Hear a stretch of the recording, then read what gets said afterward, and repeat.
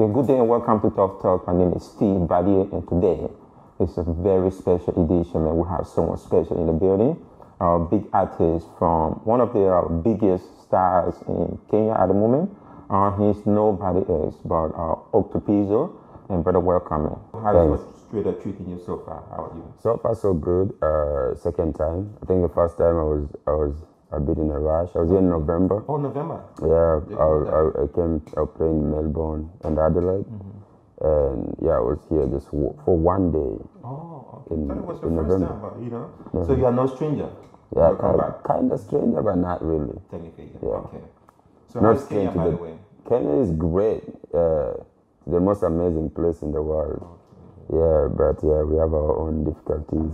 But Kenya is heaven, man. Good to hear. Yeah. And okay, let me jump into you are here for SANAA Festival. Yeah. And just talk to us about being here, your motivation for coming.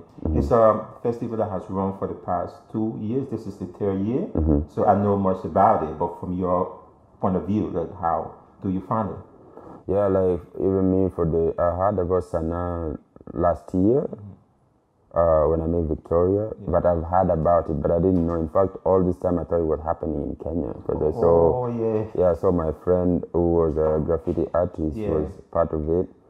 But I think this year it got like more buzz than I'd say last year, and then I was more interested to know what they're doing, and then so when I was here in Adelaide for one day, I met Victoria, and we had a small chat of like, what is it about? Because I'm always like questioning to know more. And yeah, it's really interesting and great, like what they're trying to do with the arts, and especially with the African immigrants around here, and the integration through arts, and is amazing. And we hope it works, because I've been to cities where there's only one city that I've been that something like this is happening, and that's Berlin. And here, but it's not happening in places like the States where probably they need it the most. It's not happening in other European countries where it's still, when you go, you're the only like black guy there. Yeah. So I think it's always easy for people to start talking or like be friends through arts and through like sports. And it's really nice, like stuff like that is happening, because then it brings people together and pushes away like this fear of the unknown. True, man. That's really interesting, because traveling gives you different perspectives. Exactly. I'm not well traveled as you, so I don't know what's going on in Berlin and other places. But thanks to Victoria for doing this, and thanks to the African artists and young people that have given her the support. They have given her to make this event and festival what it is. But then you are also back to you are selling shows, you are performing in Australia, right? Yeah. Are there shows coming up for you, and what exactly are you doing as part of SANAA Festival? So as part of SANAA, I'm performing this Saturday. That'll be late. That's everyone should come out. Everyone should come out. If you miss that, we can talk. Yeah, it's gonna be so late. We don't even know where. Believe that. Believe that. We're bringing all that African energy here. Like we have too much energy in Africa that sometimes it has to come out. Yeah, we have to expand. Yeah, I come here and sometimes I feel like I have to hold myself, because I have too much energy. I might jump and people are like, "Oh, what are you doing?" So, but it's gonna be too much fun. And then I should be in Melbourne on the 2nd of March. If it's confirmed, then I'm in Sydney on the 10th. Yeah, then I come back to Adelaide to chill a little bit and like meet some people through SANAA. We still like meeting different people to network and see what we can do better. Once you do the event, then you know your loopholes. You know what you should do better. Other avenues open. So I think every year and I would say every project is always like a pilot to the next. That's the essence of networking and traveling, coming, meet out of different networks, and push the button, get one or two different connections, and use something tomorrow. But before we go into your museum, and you were talking about, we chatted off behind the scene where you talk about meet the neighbors. It's just about the life we live here, which is sometimes culture shock. And it's different for people who come from Africa. I think you don't know your neighbors. You don't get to meet your neighbor. How is that for you, or how different is that for you? It's very different, because where I come from, like, I know my neighbors, you know, and we like always like, Alan, like, hey, what are you up to? Or like, we're talking on, we like, we have a WhatsApp group as neighbors, you know, like, hey, what's up? What's happening this weekend, you know? And here, I hear my neighbors, but I'm scared to knock and like, yo, what's up, man? I'm the new guy. Oh, the other day I saw my neighbor, but he was jumping the gate because he forgot his key. And, you know, I'm sure, and this is what I realized at that point, that and this was really weird that I even thought like that, but I was like, what if this was me? It was like a black dude jumping over this gate. And, you know, she was a lady, you know, she was a lady, she was a Chinese lady, and I was like, hey, what's up? It's like, I forgot my key in the house. And I'm just like, yeah, let me let you in. And she was already like halfway in. And I was like, what if that was me? Like, how would that time, you know, or misinterpreting, like the way I just understood, like people forgot their keys all the time. You know, you can forget in the car, at your friend's place.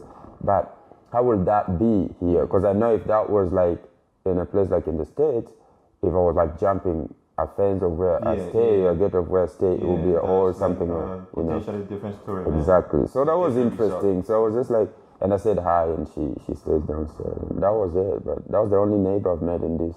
Yeah, and that's cool, man. That's life for us here, bro. That's what it is. And let's go to music, right? Your music. Listening to some of your music, man, and I was talking to you. Something for You. It's pretty cool. I like the funky vibe, the jazz vibe to it. But you also have a lot of trap, hip hop sort of music. And what's the motivation behind music for you? Who inspired you? And as in, what type of story do you tell in your music? So yeah, my number one inspiration, that would be my mom, who probably don't know even if I'm a musician. Up to now? Up to now, because yeah, she passed when I was like, I was 15. Yeah, but I'm like, she's the reason like I do music. That's number one. Then two is just the lifestyle. So I'm like very inspired by the lifestyle that people live. That's why when like I go to cities, like I will pick 2-3 things there, and I'm like, oh, like this is similar to my city, but this is so different to my city, and I'll put it in a song. And especially for me, I've realized like I've learned a lot from traveling than I've ever learned in school. That's interesting. Yeah, and so when I know back home there's people who are not as lucky enough to travel as me, I try to get that in the song, or at least shoot a video in these places. So I've shot a video in New York, LA, Berlin. So anytime I tell people this is how Berlin looks like, you should work hard and go there. This is how New York looks like, you know. And just is like bringing the other culture without going there, you know. So for me, it's more of lifestyle, like how do people live, fashion, style. Because I come from, I would say, the craziest slum. So people expected me to rap only about problems. And also because I'm from Africa, it's like, why are you not rapping about problems, diseases, you know, HIV, you know, this is how we like portrayed outside. So I was like, no, I'm going to rap about fashion, shoes, food. Because that's the life we aspire to. And that's also the life we live. Like, we don't have the Gucci's and stuff, but people are still too fashionable. I don't know anybody who can dress better than any African person. Period. Yeah, any Congolese. You know, or any Congolese. But the Congolese have problem with them though. They dress so expensive and they don't have houses. So I was like, bro, why are you wearing like a Chanel shoes and you're sleeping hungry? So this is the thing, like this is our culture. This is not only Congolese. So we have the tribe I come from in Kenya is called Luo, and we are kind of like that too. Trendy, so like very fashionable, but people are just living in the hood, in the slums. I'm like, bro, why you wanna live in the streets but you want to dress so well, you know? So, but yeah, this kind of stuff, and I feel like because we grew up in a place where everything is portrayed negative, so I tried to like choose what are the good things about this place that young people from here. Like when I was in high school, I couldn't say when like sometimes we had symposium, different school. But I couldn't say where my school is from because I'm scared. Like if I say I'm from Kibera, like people will not respect me. I will probably not get girls, you know. And so there was this stereotypical. Like a ghetto. Yeah, it was like you guys are the thieves, you guys are the bad guys. So I was like, because that's what you're known for. If you're from the ghetto, you're either in the gang, you do drugs or something. So I was like, no. What about these women that sell vegetables here? What about these people dress so well here. Why is nobody talking about this? Why are we always talking about the bad things? The bad things are everywhere. Everywhere in this world, there's a homeless person. There's homeless people here. We don't have homeless people in Africa. I went to San Francisco. In the whole world, I've never seen so many homeless people. Almost 1,000 in the street. You'll never find that in Africa. But they don't show you that when you're in Africa. They show you Hollywood and New York. So this is what kids in Africa think this is what America is. And when we go to America, what we are showed is like we're showed dying babies of malaria in the streets and like send $2 to these kids or they're gonna die.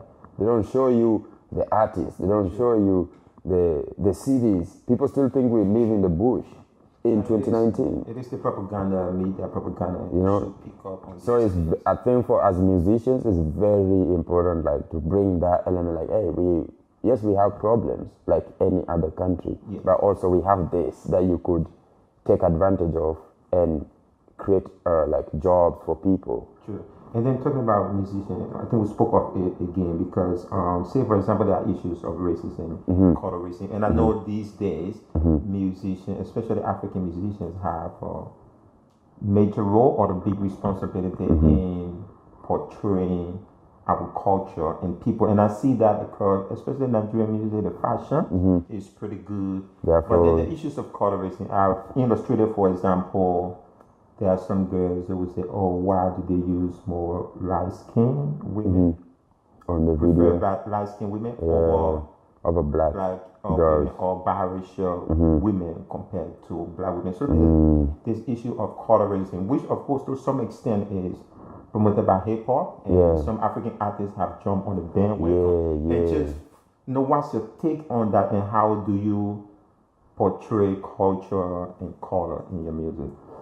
So for me, to portray culture is like, as fast as I rap in my own native language, slang. So so like I'm never going this the English way. I would do like an English chorus just because my fan base have like now cut across and grown, but like it's always 90% like native. When it comes to like having like video vixens that are lighter or this, cause I would say like this is something that we all like are guilty. Like even me, I've had like a white girl on a video. Why? I'm not racist, and maybe I'm just into white girls. And I think it's not wrong to do that. I think not necessarily wrong. But I think still we have that. We kind of have low key. We have insecurity of having our black girls on the video. And is there a reason for that? Is there an artistic reason, videographic reason? Is there any technical? I think if you ask me, for me, it's just like, I don't know, man. I don't have like the best answer, but I would just say it depends also where you are. Yeah, like if I'm shooting in Kenya, all the people in my video are not white. If I'm shooting in London, there's like 90% the video vixen is gonna be white lady. Again, I have kids who are biracial, so like this for me is like a very heavy topic because like when my daughter is in Kenya, she's considered white. And when like we travel, like when she's like in Germany, she's considered black. So it's always it all depends like with where you are, and it's very hard. I always wonder like how is this kid gonna survive in this like generation where like there's times that she's black, some she's white. So when it comes to race, it's hard to tell, because even me, I get a lot of stuff with this, because like I've dated a lot of like ladies from the other side, and I get crazy, girls from Kenya coming at me like, you think we're not beautiful enough, or like when it's why is always like a black man when he successfully goes to a white lady. And for me, I always answer like, one, I'm not racist, and I just have preference. Maybe this is people that I can connect with easily, But when you say like the pool light skin, I don't know, it's just, we just cannot make the video colorful, bro. Right? It just comes naturally. Why? We can make the video colorful. I wouldn't argue with that, but then let's talk about your come up, man. Being a battle rapper, someone from the slum, ghetto, as you have said. How did you come up? What's the story behind your come up? So I started around 2007, and there was nothing happening. I didn't know. I never wanted to be a rapper in first place. So I wanted to be an horticulturist. What's that? You know, horticulturist, like a flower guy, like planting flowers and stuff, you know. Because I grew up a place where I never see flowers. And when I saw a flower, like in the slum, I was like, whoa. It's like seeing gold, you know, like when you go to a place where you never see flowers. Like, I saw flowers on TV and it was like dramatic. Flowers, man. Flowers. Just flowers.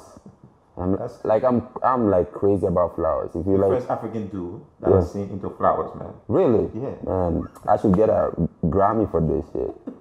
I love flowers. Like now I've planted so many flowers in my life that I don't know. Every Wednesday in my house, we buy lilies. Even whether I have a girl or not, I just need flowers in my house. Okay. It just makes me feel nice. So, are you sort of romantic, man? I don't know. I would not say that. I'm just a man. Just love flowers. I just love flowers. But I watched like Titanic many times. Okay. That makes sense, man. That makes sense. Yeah, so that's what I wanted to do, but then I didn't, the course was too expensive for me. So after high school, I stopped. I was working in a garage as an electrician for 2 years, and during this time is when I started falling in love with like music. I would be like in the customer's car, because I never had radio in my house. What were you listening to at the time? Mostly reggae. Okay. It was like I grew up listening to reggae and a lot of rumba. Yeah, so my dad was like Michael Jackson, rumba, all this like Franco, Madilu, all these guys from Congo. This is like what we grew up listening to. Then I listened, the whole slam, 99% was reggae. Bob Marley, Luciano, like, so, and then my era when I started working in the garage, this is when 50 Cent was coming out. Oh, okay. And like, I could relate, like, 2002, I was like, man, this when like now for me, hip hop was like kicking, I listened to Park, but I couldn't relate because of that time, yeah. So during the 50 Cent era is when like now I started getting more interested as a fan. And then there was this platform, just like SANAA, there was this platform by the British Council, and it was called Words and Pictures. It was called WAPI. Once a month, it was because there was no platform for any artist from the street to perform. So this platform is like once a month, you go there, you apply through email and you go showcase, and it was open for everyone. Okay. It's the first platform that brought like people from, slums and upper neighborhood. And this platform, I performed that for 2 years and I built my fan base. This is where I used to battle, because the only way you could showcase, like people will pay attention is where like you have to like battle somebody and win, and people are like, hey, you won, so people start getting interested. And this is how I got into battle rap, which I did for like 2 to 3 years. 3 years? Yeah, it was just battle rap. It's a long grind. Yeah, man. No, nothing. It was just like street battle. Some are even until now, because then the problem is always the transition. When you come from battle rap, doing radio songs is hard. It's hard, yeah. It's but so hard. How did you keep the motivation going though? Because doing battle rap for 3 years, did you get sick of it or lose confidence in the process? I got my daughter when I was 21, and this changed everything. Yeah, so when I was 21, my little girl was born, and that's when I was 21, I was still like, going crazy in the streets, gangs and just the street stuff.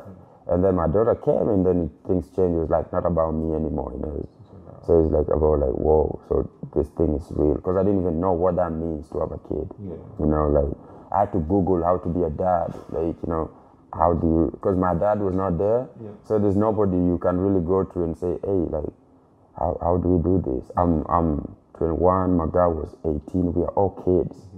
We were just like some street kids having a good time, then boom. So this is when I was like, okay, now I need to like wake up.